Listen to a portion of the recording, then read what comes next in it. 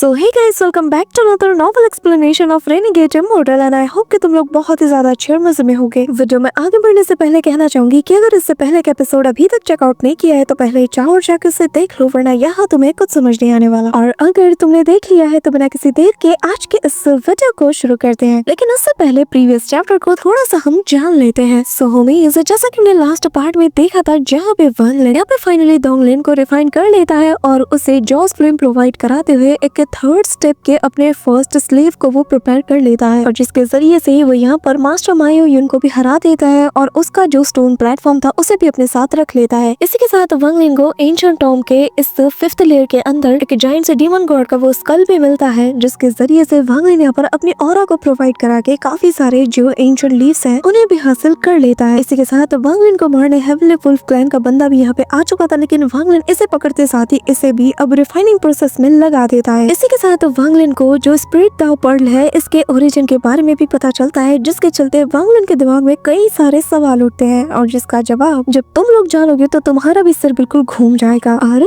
आगे अब वीडियो को स्टार्ट करने से पहले गाइस, लास्ट के वीडियो में तुम सभी लोगों ने काफी सारे सवाल पूछे थे कि आखिर वंग लिन को उस सीलिंग एक्सटर्मिनेशन क्लैन वाली लड़की से उसके स्पेल क्यों चाहिए कि जिसके जरिए से वो रिवाइव हो सके, क्योंकि वंग लिन के पास तो ऑलरेडी ब्लड एंड सिस्टर की बेटी जो याओ जिक्सू है उससे मिले वो ब्लड सोल पिल है, तो वंग लिन उससे भी तो सर्वाइव कर सकता है, उससे भी तो रिवाइव हो सकता है, तो आखिर उसे यही टेक्निक क्यों चाहिए। अब देखो, जैसे कि हमने ऑफिशियल एपिसोड में भी वंग लिन को इस पिल को यूज करते हुए देखा था, जहाँ पे वंग लिन उस ब्लड सोल पिल का यूज करते हुए यहाँ पे जो स्कैटर्ड डेविल था उसके सामने अपनी बॉडी को एक्सप्लोड करा देता है, लेकिन वो यहाँ से काफी दूर जाके वापस से वंग लिन अपने ओरिजिनल शेप में आ जाता है, यहाँ तक कि उसके जो स्टोरेज बैग वैग है वो सब भी उसके पास वापस आ जाते हैं। बट गाइस, तुम लोगों ने एक चीज नोटिस की होगी, जब वंग लिन इस ब्लड सोल पिल का यूज करता है तो फॉर द फर्स्ट टाइम हम देखते हैं कि वंग लिन यहाँ से काफी दूर वापस से रिबॉर्न होता है, और जिसके चलते उसकी कल्टीवेशन भी ना हल्की सी अनस्टेबल हो जाती है। अब हालांकि ये चीज ऑफिशियल एपिसोड में मेंशन नहीं की गई, लेकिन एक नॉवल रीडर होने के नाते मैं तुम्हें बता रही हूँ। और अगर तुमने हमारी रेनेगेड इमॉर्टल सीरीज के जो नॉवेल्स हैं उन्हें अच्छे से फॉलो किया होगा तो तुमने उसमें देखा होगा। तो पहला रीजन तो ये रहा कि इसके चलते कल्टीवेशन थोड़ी सी अनस्टेबल हो जाती है। अब वंग लिन जो कि थर्ड स्टेप के ऊपर भी जाने वाला है, तो जरा सोचो वहाँ पे हल्का सा अनस्टेबल होना भी वंग लिन को बहुत ज्यादा रिस्की साबित हो सकता है। अब ये कोई नेंस एंड सोल लेवल या सोल ट्रांसफॉर्मेशन या फिर एक्सटर्नल लेवल नहीं है कि ब्रेक थ्रू करने के बाद तुम्हें 1 से 1.5 महीना बस अपने कल्टीवेशन को स्टेबल करने में देना पड़ता है। वंग लिन इस वक्त चारों ओर दुश्मन से घिरा हुआ है, तो ऐसे सिचुएशन में इस चीज का यूज करना कहीं से भी ठीक नहीं। और दूसरा रीजन कि सोल एक्सटर्मिनेशन क्लैन का ये जो टेक्निक या स्पेल तुम कुछ भी कह लो, ये ब्लड सोल पिल के मुकाबले कई गुना ज्यादा पावरफुल और कारगर है, क्योंकि इसे यूज करने वाला जहाँ पे मरता है वहीं पे वापस से रिबॉर्न हो जाता है। जिसका मतलब कि अगर वंग लिन कभी क्रूशियल मोमेंट में आ जाता है जहाँ पे सामने वाले एनिमी ने अपनी पूरी जी जान लगाकर वंग लिन पे ऐसा स्ट्राइक कर दिया है कि जिसके चलते वंग लिन शायद मारा जाए, तो तब ये टेक्निक वहाँ पे बहुत ज्यादा काम आ सकती है, क्योंकि उसका दुश्मन अपना सब कुछ लगा के वंग लिन को मारने के लिए सब कुछ झोंक देगा, लेकिन वंग लिन फिर भी नहीं मरेगा। यहाँ तक कि कोई बंदा अगर खुद को सेल्फ एक्सप्लोड भी कर ले तो भी वंग लिन वहाँ पे सही सलामत वापस आ सकता है। अगर बात करें दोनों चीजों की, तो जो ब्लड सोल पिल का मेथड है उसके जरिए से आप यहाँ से अपनी जान बचाकर यहाँ से भाग सकते हो, यानी कि एक डिफेंसिव कैटेगरी में आता है। लेकिन अगर बात करें जो सीलिंग एक्सटर्मिनेशन क्लैन का ये जो मेथड है, ये असल में किसी दो धारी तलवार की तरह है। तुम मर तो जाओगे और जिंदा भी हो जाओगे, लेकिन अगर दुश्मन ज्यादा खतरनाक हुआ तो वो एक बार क्या लगातार बार बार भी अटैक करके तुम्हें निपटा सकता है। आई होप कि तुम लोगों को मोटा मोटा आंसर मिल गया होगा। बाकी अगर कोई और सवाल हो तो कमेंट में जरूर पूछना। तो चलो फिर बिना किसी देर के अब वीडियो को शुरू करते हैं। सो होमीज, हमारे इस चैप्टर के स्टार्टिंग में हम वंग लिन को देखते हैं, जो कि यहाँ उसी आवाज के बारे में सुनता है जो कि उसे बार बार नीचे की ओर बुलाई जा रही थी। और जब वंग लिन यहाँ पर इस हेवनली वुल्फ क्लैन के बंदे का वो जो स्टोन पिलर था इसे भी जब अपने साथ मिला लेता है, तो यहाँ पर उसका जो मैप है उसका दायरा तो पड़ता है, लेकिन ये साउंड और क्लियरली उसे सुनाई देती है, जहाँ पे वही साउंड वंग लिन को दोबारा से सुनाई देती है। लेकिन इस बार वो वंग लिन से कहने लगता है कि अगर तुम मेरे क्लैन के डिसेंडेंट हो तो तुम्हें हर हाल में 9th लेयर पे जाना ही होगा, वहाँ पे मेरा छोड़ा गया वो रेन स्वॉर्ड तुम्हें हासिल करना होगा, जो कि अब एक डीमन का फॉर्म ले चुका है और वो भाग ना जाए, इसी के चलते मैंने अपने बनाए गए 3 पैलेसेस में से एक ह्यूमन पैलेस के अंदर उसे ट्रैप करके रखा है। अगर तुम्हें वो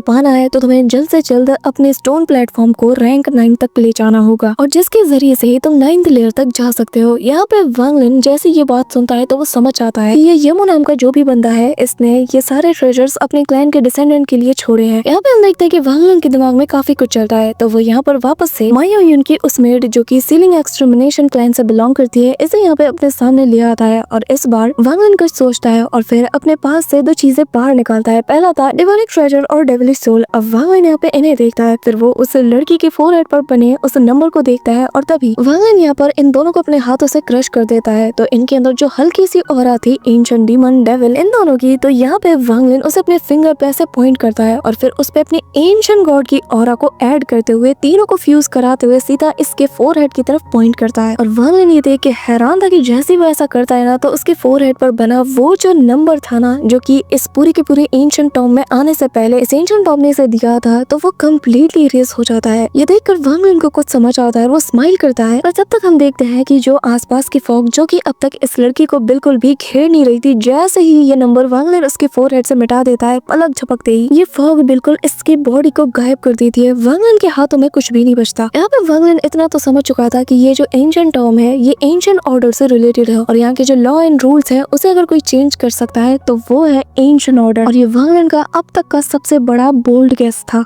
यहाँ पे वांग लिन समझ चुका था कि फिलहाल सिर्फ वही है जो कि ऐसे मेथड का यूज करते हुए इस एंशिएंट टॉम के अंदर काफी सारे मार्किंग्स को क्रिएट कर सकता है। और गाइस ये वही मार्किंग्स है जिसके जरिए से वांग लिन का ये जो स्टोन प्लेटफॉर्म है ये काफी ज्यादा एक्सपेंड हो सकता है। बस फिर क्या वांग लिन इस काम में लग जाता है। यहाँ पर अपने पास से जो डिमोनिक ट्रेजर्स थी जो कि उसे डीमन स्पिरिट लैंड में मिले थे और कुछ ऑल हेवन में, तो यहाँ पर उनकी ऑरा को वो बाहर निकालने लगता है और ये सभी एंशिएंट डिमोनिक ऑरा थी। और गिल्ड के पास से मिले उसी डेविलिश सोल का जो जेड बॉटल था, वांग लिन इसके अंदर से इंटेंस अमाउंट में जो डेविलिश सोल थी उन्हें बाहर निकालता है। और ऐसे ही वक्त बीतता जाता है और वांग लिन इनफ अमाउंट में मार्किंग्स को बना लेता है, जिसके चलते उसका जो स्टोन प्लेटफॉर्म है वो पलक झपकते अपग्रेड कर जाता है। पर तभी यहाँ पे हम देखते हैं कि जो 7वें लेयर के अंदर एक बंदा था वो अपनी आंखें खोलता है और वो फुल किलिंग इंटेंट के साथ ऊपर की ओर देखकर कहने लगता है कि वो कौन है जो कि मरना चाहता है, कौन है इतना ताकतवर कि वो इतनी जल्दी अपने रैंक 6 के प्लेटफॉर्म को रैंक 7 तक ले आया। अब गाइस यहाँ पे मैं बता दूं कि जो एंशिएंट स्टार सिस्टम के अंदर जो टॉप 5 मास्टर है, जिनमें से एक हमारे जो master blue dream, poison master और जो मास्टर मायूयन है, उन्हीं में एक नाम आता है डेविल मास्टर का। और ये वही बंदा है जो कि इस वक्त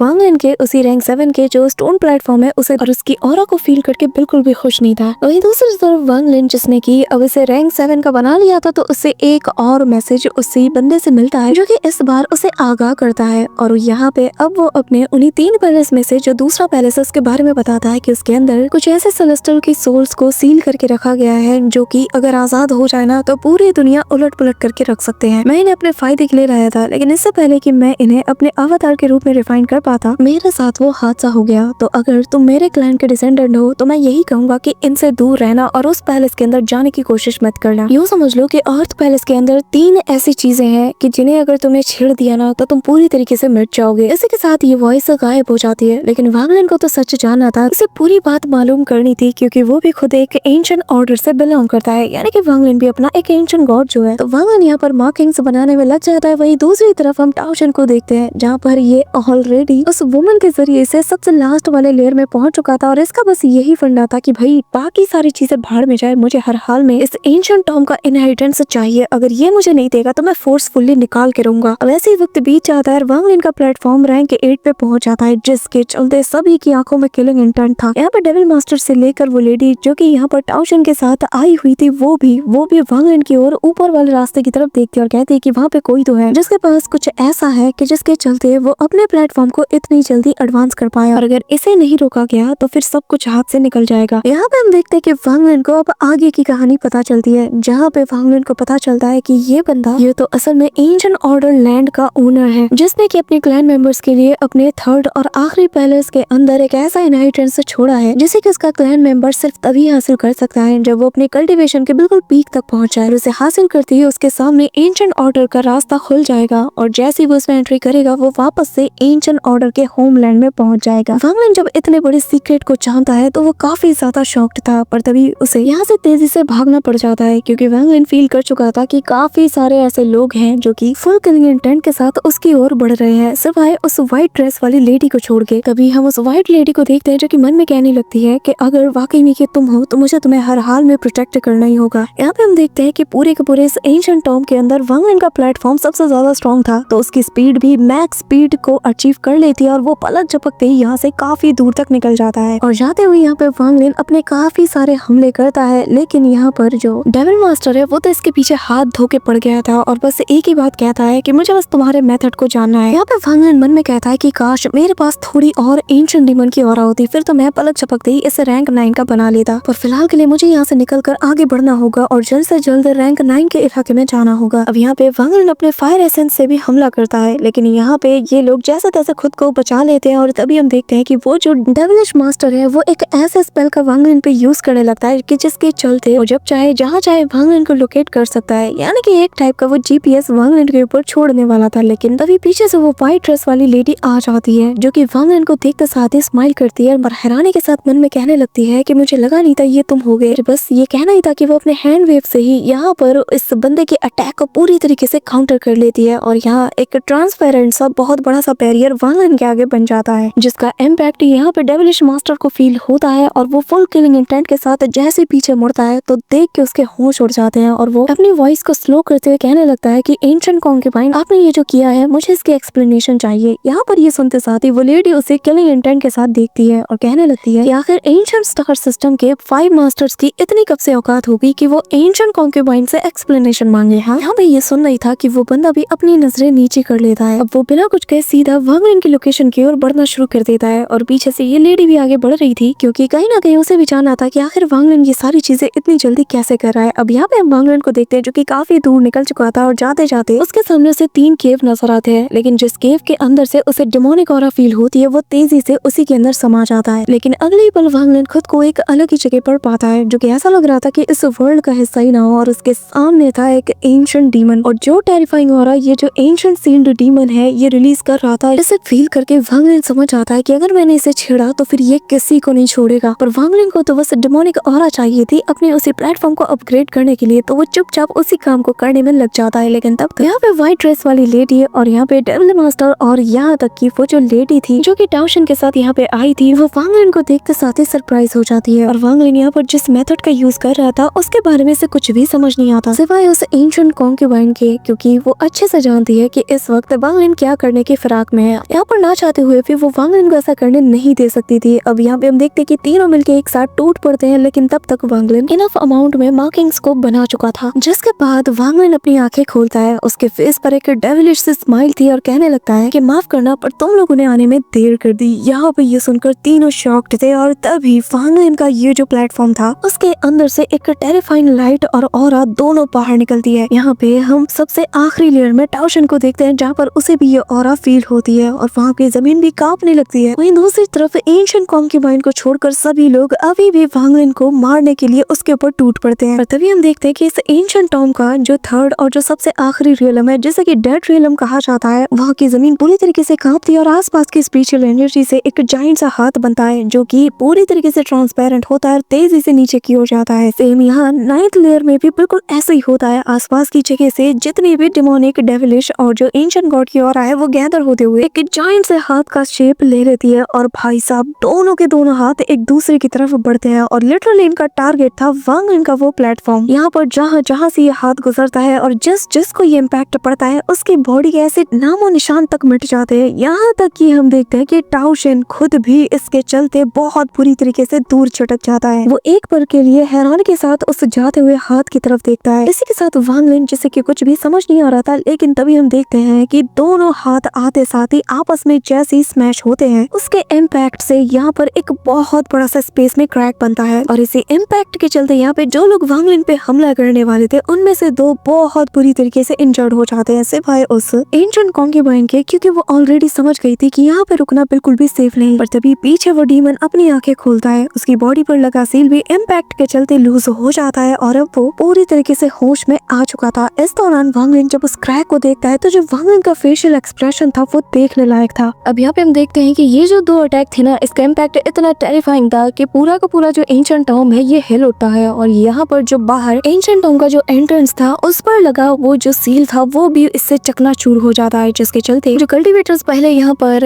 इस फोर्स के चलते आ नहीं पा रहे थे अब यहाँ पर इजीली ये लोग अंदर जा पा पा रहे थे। और तभी यहाँ पे हम डेविल मास्टर और माया यून की जो मेन बॉडी है उन्हें देख पाते हैं। और यहाँ पे माया यून को तो वांग लिन से बदला लेना था और ये जो डेविल मास्टर है इसे भी, ये दोनों यहाँ पे हाथ मिला लेते हैं और अब डिसाइड करते हैं कि साथ मिलके अंदर जाएंगे। अब यहाँ पे मैं तुम्हें बता दूं कि ये जो डेविल मास्टर था इसका जो अवतार है वो उस इम्पैक्ट में पूरी तरीके से मारा जा चुका है और अंदर सिर्फ 8वें लेयर के अंदर कुछ ही लोग मौजूद है, जिनमें से एक अपना वांग लिन है, दूसरा है वो लेडी यानी कि जो ताओशन को लेके आई थी, और वो जो पॉइजन मास्टर थे। हालांकि ये लोग बहुत बुरी तरीके से इंजर्ड हो चुके थे और इस वक्त पॉइजन मास्टर के निशाने पर यहाँ पे दो मास्टर थे। ये लोग अंदर जाने ही वाले थे कि तभी पीछे से एक लाउड वॉइस आती है और यहाँ पे सोवरीन का इल्यूजनरी फिगर अपीयर होता है जो कि इन्हें साफ वार्न करता है कि अगर तुम अंदर गए तो शायद मारे जा सकते हो। लेकिन ये दोनों फिर भी उसकी बात को इग्नोर करते हुए अंदर जाने लगते हैं क्योंकि ये जानते हैं कि सोवरीन की ये लोग मेन फोर्स हैं और अगर इन्हें कुछ भी होता है तो सोवरीन इन्हें बचाने जरूर आएगा। और फिलहाल के लिए सोवरीन भी इन्हें जाने देता है क्योंकि वो भी चाहता है कि उस वांग लिन को अंदर 9th लेयर के अंदर पहुंचने से रोका जाए। इस दौरान हम वांग लिन को देखते हैं जहाँ पर वो मिस्टीरियस वॉइस उसे वापस से सुनाई देती है, लेकिन इस बार वो बस उसे कांग्रेचुलेट ही करती है और वो बंदा आगे कहने लगता है कि अब जबकि तुम इस मुकाम तक पहुंच गए हो, तुमने अपने प्लेटफॉर्म को भी रैंक 9 का कर लिया है, तो तुम अगर चाहो तो मेरे इनहेरिटेंस को जाके हासिल कर सकते हो। लेकिन मैं तुम्हें ज्यादा कुछ नहीं बता सकता क्योंकि उसने मेरी मेमोरीज के साथ कुछ ऐसा किया है कि जिसके चलते मैं आधे से ज्यादा मेमोरीज को याद भी नहीं कर पा रहा और मुझे अफसोस है कि मैं कभी भी उन्हें याद भी नहीं कर पाऊंगा। यहाँ पे वो बाकी बातें भी बताने लगता है, लेकिन वांग लिन काफी ज्यादा कंफ्यूज था और वो जैसे उस क्रैक के अंदर पैर रखता है तो अचानक से वांग लिन खुद को एक मिस्टीरियस जगह पर पाता है जहाँ पे चारों तरफ कैंडल्स जल रही थी और सामने उसे एक बंदे का फिगर नजर आता है जो कि सामने की ओर पॉइंट आउट कर रहा था और सामने था एक ऐसा थ्रोन जो कि दिखने में ऐसा लग रहा था कि बहुत ही पावरफुल बंदे का हो। और तभी उस थ्रोन के आसपास बहुत सारे स्केलेटन्स पड़े हुए थे। यहाँ पे वांग लिन जैसे जैसे आगे जाता है उसे काफी सारी चीजें देखने को मिलती है, लेकिन फिर कुछ ऐसे स्टैचू भी नजर आ रहे थे जो कि दिखने में ऐसा लग रहा था कि जैसे कोई लिविंग क्रिएचर हो और जो जिस पोजीशन में भी अटैक कर रहा था उसी पोजीशन में बिल्कुल फ्रीज हो जाता है। यहाँ पे वांग लिन को एक ऐसा फिगर भी नजर आ रहा था जो कि 8 ड्रैगन्स को लीड कर रहा था और वांग लिन को एक पल के लिए ऐसा लग रहा था कि जैसे ये जो ड्रैगन्स है ये उसके कॉल द विंड के ड्रैगन्स हो। तो वांग लिन के दिमाग में आता है कि कहीं ये सेलेस्टियल एम्परर बाईफैन का स्टैचू तो नहीं। ऐसे वांग लिन को अलग अलग अटैक करते हुए काफी सारे लोग नजर आते हैं, जिनमें से एक बंदा था जो कि यहाँ पर एक ऐसे ट्रेजर से अटैक कर रहा था। दिखने में ऐसा लग रहा था जैसे मानो कि उसने अपने हाथों में अम्ब्रेला को होल्ड करके रखा है। वांग लिन ये चीजें काफी ज्यादा मिस्टीरियस वे में देख रहा था और तभी जैसे ही वो आगे जाता है वापस से वो वॉइस उसे सुनाई देती है और यहाँ पे ये मुझसे कहने लगता है कि हाँ तुम मेरे इनहेरिटर बनोगे, अब आओ और आकर इस थ्रोन में बैठकर मेरी ताकत को हासिल करो। वांग लिन यहाँ पे कुछ भी फील नहीं कर पा रहा था, लेकिन जो यहाँ पर एंशिएंट डेविल एंशिएंट डेमन की ऑरा इस थ्रोन के आसपास से निकल रही थी, इसे देखकर वांग लिन कंट्रोल नहीं कर पाता और जाके जैसे ही वो बैठता है अचानक से वांग लिन का सिर घूमने लगता है और यहाँ पर इंटेंस अमाउंट में उसकी जो एंशिएंट ऑरा है वो एक्सपेंड होने लगती है। यहाँ तक हम देखते हैं कि वांग लिन की बॉडी भी एंशिएंट गॉड के लुक में आ जाती है, पर इस बार वांग लिन फील कर पाता है कि उसके लेफ्ट और राइट हैंड में एंशिएंट डेविल और एंशिएंट डीमन की ऑरा भी जैसे उसके अंदर समा रही हो। एक ऐसी ऑरा की जो हर चीज को उसके सामने झुकने पे मजबूर कर दे। यहाँ तक कि वांग लिन का जो स्टोरेज स्पेस में जो उसका फर्नेस था ना, ये प्रेशर इतना ज्यादा टेरिफाइंग था कि बाय फोर्स उसके अंदर से 2 लिविंग क्रिएचर यानी कि हेवनली वुल्फ क्लैन का वो बंदा और वो जो अपना लिनडोंग था जो कि वांग लिन का स्लेव बन चुका है। एवं देखते हैं कि ये प्रेशर इन दोनों को भी उसके सामने घुटनों के बल ले आता है और तभी हम वांग लिन को देखते हैं जहाँ पर जैसे उसकी आईज ओपन होती है तो उसकी आंखों में बाकी के 2 एंशिएंट ऑर्डर्स की पावर्स को हम देख पाते हैं, यानी कि एंशिएंट डेविल और डीमन। पर तभी अचानक से वांग लिन इस थ्रोन से जुड़ी मेमोरीज को देखने लगता है, जहाँ पर वो देखता है कि इस थ्रोन के ऊपर असल में एंशिएंट ऑर्डर यमो बैठा करता था और जब वो एक दिन इसके ऊपर बैठा हुआ था तो इस दौरान आसपास काफी सारे पुराने वक्त के पावरफुल जो सेलेस्टर्स थे उन सभी ने अपने सारे के सारे वेपन्स को उसकी तरफ तान के रखा था। लेकिन तभी यहाँ पे इस थ्रोन का ओनर यानी कि जो यमो था वो यहाँ पर बस हाथ का इशारा करता है और भाई साहब पलक झपकते ही हम देखते हैं कि यहाँ पर 100 से भी ज्यादा बड़े फिगर्स अपीयर होते हैं। हाँ जी, तुम बिल्कुल सही समझे, ये थे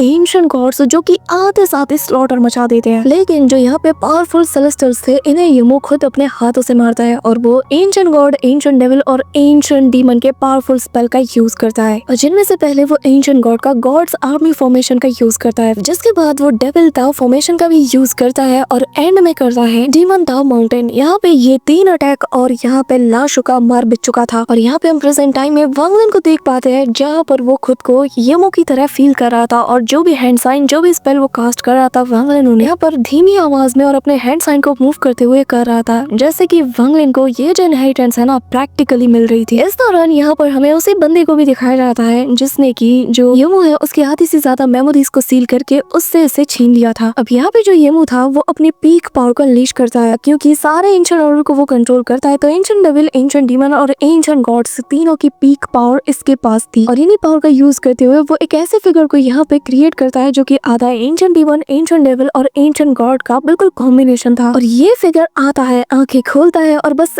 एक वर्ड कहता है और सब के सब यहाँ पे लिटरली फ्रीज हो जाते हैं। और इनमें से बस 2 ही ऐसे लोग थे जो कि सिर्फ रेजिस्ट किए जा रहे थे, जिनमें से एक बंदा जिसके हाथों में एक नेल था और दूसरा बंदा जिसके पास वही अम्ब्रेला था जो वांगलिन ने यहाँ पे आने से पहले देखा था। लेकिन यहाँ पे वांगलिन देख के शॉक्ड था कि इस अम्ब्रेला से तो टेरिफाइंग ऑरा निकल रही है, वो भी 7 कलर की। अचानक से हम देखते हैं कि धीरे धीरे करके वो जो बड़ा सा फिगर है वो भी यहाँ से डिसअपीयर होने लगता है, जिसके चलते सभी लोग नॉर्मल होने लगते हैं। पर तभी ली कांग अपने एरो के जरिए से येमू की आंख के ऊपर एक ऐसा अटैक करता है कि लिटरली येमू की चीख तो निकल जाती है, लेकिन वो जो एरो था वो बहुत ही ज्यादा टेरिफाइंग था और वो इसकी आंख के साथ साथ यहाँ से ही डिसअपीयर हो जाता है। यहाँ पे येमू जो कि थ्रोन के ऊपर दर्द के मारे छटपटा रहा था और अचानक से ही दर्द के मारे वो एक ऐसे स्पेल का यूज कर लेता है कि जिसके चलते सभी लोग यहाँ पे फ्रीज हो जाते हैं, यानी कि अब इनकी बॉडी परमानेंटली धीरे धीरे करके पूरी तरीके से स्टोन में बदलने लगती है। इसी वजह से जब वांगलिन यहाँ पे आया था तो उससे सब के सब ऐसे लग रहे थे कि जैसे लिविंग क्रिएचर हो, जो जिस पोजीशन में था सब के सब उसी पोजीशन में फ्रीज हो गए थे। अब यहाँ पे हमें एक आखिरी मेमोरी दिखाई जाती है जहाँ पे लिन डोंग स्पेस में दूसरी ओर देखकर कहने लगता है कि मैंने मेरा काम कर दिया है, अब तुम्हारी बारी। इसी के साथ हम देखते हैं कि यहाँ मौजूद हर एक चीज फ्रीज हो जाती है और यहाँ पे जो येमू था वो भी ऐसा लग रहा था कि वो मारा गया है। पर तभी यहाँ पर हम एक फिगर को अपीयर होता हुआ देखते हैं जो कि यहाँ पर लिन डोंग का हाथ पकड़ते हुए कहने लगता है कि चिंता मत करो, हेवनली दाओ जैसे ही कंप्लीट हो जाएगा मैं भी अपना वादा पूरा कर दूंगा। अब तभी वो जैसे ही उस अम्ब्रेला मैन की तरफ जाता है कि तभी उसे एक टेरिफाइंग फोर्स फील होता है और वो पलट के थ्रोन की तरफ देखता है जहाँ पे हम देखते हैं येमू अभी भी जिंदा है। लेकिन वांगलिन जो कि मेमोरीज को देख रहा था, जब वो इस बंदे को देखता है ना जो कि यहाँ पर इन सभी के स्टोन बनने के बाद आया, तो वो हैरानी के साथ कहता है कि क्या सोवरिन। और तभी वांगलिन को अपने चेस्ट के अंदर पेन हो रहा था क्योंकि इसके इनहेरिटेंस की रेजिस्ट करने की ताकत बिल्कुल इसके अपने पीक लेवल पे पहुंच चुकी थी। और वांगलिन वापस रियलिटी में आ जाता है जहाँ पे वो फील कर पा रहा था कि उसकी बॉडी में काफी अमाउंट में जो एंशिएंट ऑर्डर की जितनी भी ऑरा है वो आ चुकी है, लेकिन ये काफी ज्यादा पेनफुल भी है। वांगलिन को जो इनहेरिटेंस मिल रही थी वो एंशिएंट ऑर्डर से रिलेटेड है, यानी कि एंशिएंट डेविल, एंशिएंट डीमन और एंशिएंट गॉड। इसके चलते इसका जो इम्पैक्ट था उसकी बॉडी और सोल के ऊपर भी बहुत बुरी तरीके से पड़ रहा था। यहाँ पे हम देखते हैं कि जैसे जैसे इनहेरिटेंस कंप्लीट होते जा रही थी, वांगलिन अब एक 7 स्टार एंशिएंट गॉड के काफी करीब पहुंच चुका था और तभी उसके माइंड के अंदर एक नया मैप बनने लगता है जो कि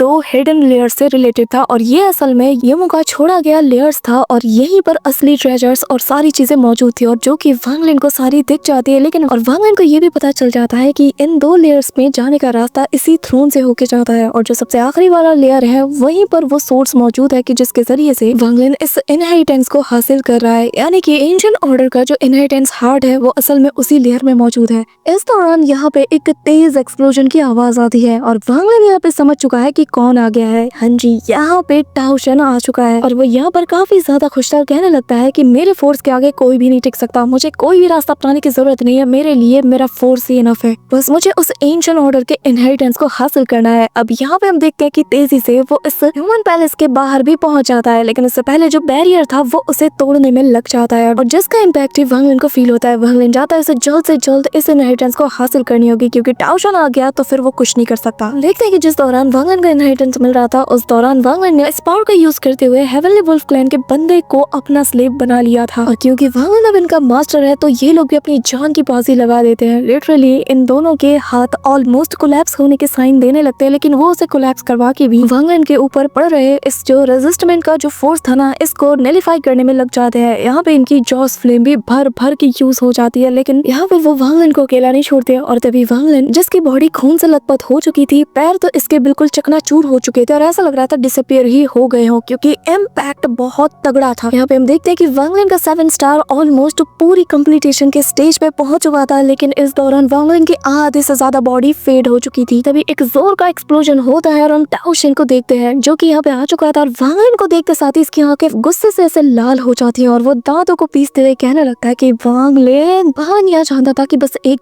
बार इनहेरिटेंस को हासिल कर ले और इसका 7 स्टार कंप्लीट बन जाए, फिर वांगलिन पलक झपकते बॉडी रिस्टोर कर सकता है, लेकिन सबसे पहले टाओ शन को हराना है। अब तभी हम देखते हैं कि इस थ्रोन के पास एक एंशिएंट गॉड की जायंट सी बॉडी पड़ी हुई थी, तो वांगलिन यहाँ पर अपना ब्लड ड्रॉप इसे डालते हुए इसे कंट्रोल करने लगता है और सीधा उसकी तरफ ऐसा फेंकता है कि जैसे उसके कांटेक्ट में वो आता है तो यहाँ पे वांगलिन इसे एक्सप्लोड करा देता है जिसका इम्पैक्ट बहुत ही तगड़ा वाला था, लेकिन टाओ शन फिर भी खुद को हैंडल कर लेता है और वो अपने पीक लेवल के किलिंग इंटेंट को अनलीश करते हुए कहता है कि नहीं वांग लिन, आज नहीं, आज तो मुझसे ये इनहेरिटेंस नहीं ले सकता। पर तब तक वांग लिन उसके पास जितने भी वो सारी लीव्स थे जो कि किसी भी चीज को सील करती है, इनका भी यूज करता है। पर ताओ शेन तो कुछ वक्त के लिए फ्रीज होता है, लेकिन सिंगल स्ट्राइक से ही वांग लिन की तरफ देखते हुए सबको डिस्ट्रॉय कर देता है। और जैसे जैसे वो कदम बढ़ाता है, उसका डिस्ट्रक्शन फोर्स वहाँ की जमीन को ऐसे धसाना शुरू कर देता है। चारों तरफ क्रैक बनने लगते हैं। यहाँ पे वांग लिन के दोनों स्लेव दूर छिटक जाते हैं और अब वो वांग लिन की तरफ उससे मारने के लिए अपना हाथ उठा देता है। इस दौरान हम वांग लिन को देखते हैं जहाँ पर उसकी पूरी बॉडी जैसे नथिंगनेस में बदल चुकी हो। ये देखकर ताओ शेन जोर जोर से स्माइल करता है और घुमा के एक जोरदार पंच सीधा उसकी ओर बढ़ा देता है, लेकिन तभी उसका हाथ रुक जाता है। उसकी आंखें फहराने के साथ ऐसे खुली की खुली रह जाती हैं और तब हम देखते हैं कि वांग लिन का फोरहेड पर जो स्टार था ना, वो 7th स्टार, वो बहुत ही टेरिफाइंग लाइट को यहाँ पे एमिट करता है। इतनी टेरिफाइंग कि यहाँ पर ताओ शेन अब अपने कदम वहीं पे रोक लेता है। तभी हम देखते हैं कि पलक झपकते ही वांग लिन की बॉडी वापस से बन जाती है और जब वो अपनी आंखें खोलता है तो उसे एंशिएंट ऑर्डर की ताकत और इनहेरिटेंस दोनों मिल चुकी थी। लेकिन अभी भी ये स्टेज पूरी तरीके से कंप्लीट नहीं हुआ, लेकिन वांग लिन एंशिएंट डेमन, एंशिएंट डेविल दोनों की पावर्स को अपने हाथों में फील कर पा रहा था और इसके चेहरे पर एक डेविलिश स्माइल आ जाती है और वो ताओ शेन की तरफ किलिंग इंटेंट के साथ अपने डिवाइन सेंस को बढ़ाता है। लेकिन तभी हम देखते हैं कि वांग लिन का टारगेट तो ये पूरा का पूरा एंशिएंट टॉम्ब था, क्योंकि उसे ताओ शेन ने वहाँ मौजूद सभी लोगों को अपना मैसेज साफ दे देना चाहता था। यहाँ पे हम देखते हैं कि ताओ शेन से जब एंशिएंट ऑर्डर वाला डिवाइन सेंस टकराता है तो यहाँ पर ताओ शेन बिल्कुल रेजिस्ट नहीं कर पाता। वो कम्प्लीटली स्पीचलेस होकर वहीं पे बिल्कुल स्पीचलेस होके खड़ा हो जाता है और उसके अंदर इस वक्त ऐसा खौफ बन रहा था जो किसने सालों से फील नहीं किया था। यहाँ पे पूरा का पूरा एंशिएंट टॉम्ब वांग लिन के डिवाइन सेंस के चलते ऐसे कांपना शुरू कर देता है कि जो भी एंशिएंट टॉम्ब की सच्चाई के बारे में जानता है